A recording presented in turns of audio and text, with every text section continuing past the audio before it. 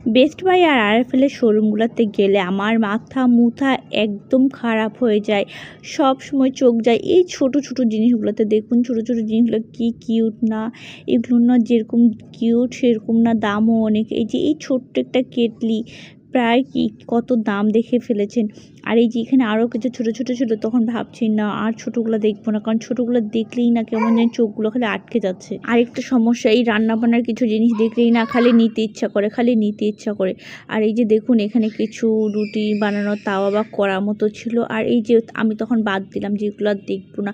এগুলো ছিল ছোট একটা ঝুড়ি, যেটা দাম প্রায় ছিল 185 টাকা, যেটা আমি আলাদা বাহির থেকে নিলে এর থেকে কম পাবো। আর এই যে এখানে ছিল কিছুটা এই সুতার রাখার কি মানে এত সুন্দর, মানে এইটা তো কিছুই না, এর থেকেও সুন্দর সুন্দর কিছু ছিল, কিন্তু আমি সময়ের জন্য আর কি ভিডিওটা করতে পারিনি। আর এই যে এখানে ছিল কিছুটা আমি বলছিলাম যে এটা কী, তখন বলছে এটাতে নাকি টেবিলে রাখে ময়লা ফেলানোর জন্য।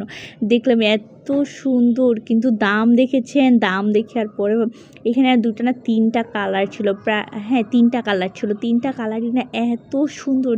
এই কালারটা আমার বেশি ভালো লাগছে। আমি কিন্তু পিঙ্ক জিনিস বেশি পছন্দ করি। পরে দেখলাম এই যে এই পাশে আরও কিছু ঝুড়ি ছিল, আমি ভাবলাম যে রান্নাঘরের জন্য একটা ঝুড়ি নেই, কিন্তু পরে দেখলাম না